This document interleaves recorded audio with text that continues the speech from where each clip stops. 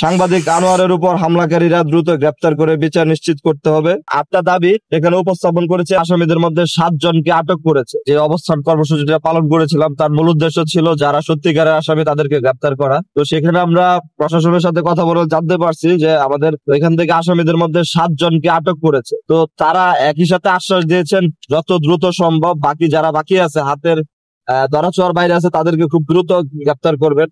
তো তারই পরিপ্রেক্ষিতে আমরা গাজীপুরের বিভিন্ন পলিটিক্যাল পার্টির নেতৃবৃন্দ এবং সামাজিক সংগঠনের যে ব্যক্তিবৃন্দ সকলকে নিয়ে বেশ কিছু 8টি দাবি উপস্থাপন করেছে আমাদের গাজীপুর পুলিশ কমিশনার বরাবর।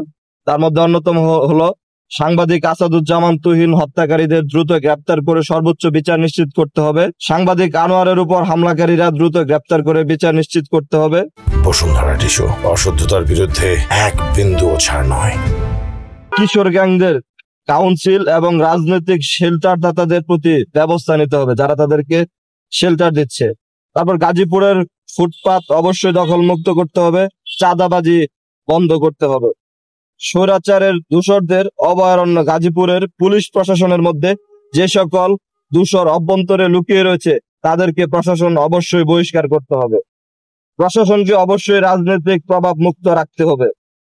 গাজীপুরের অন্যতম গুরুত্বপূর্ণ জায়গা সেগুলো থেকে ছিনতাইকারীদেরকে সিসি ক্যামেরার মাধ্যমে নজরদারিতে রাখতে হবে। একই সাথে চিহ্নিত করে করে প্রত্যেককে বিচারের আওতায় আনতে হবে।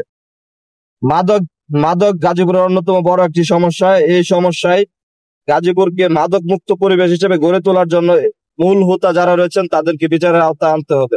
আমরা এই কয়েকটি 8টা দাবি এখানে উপস্থাপন করেছি এবং আমরা সেই দাবির প্রতি লক্ষ্য রাখতেছি যে তারা এই দাবিটা কতটুকু কাজ করতেছে এবং সেই অনুযায়ী আমাদের পরবর্তী ব্যবস্থা আমরা নেব।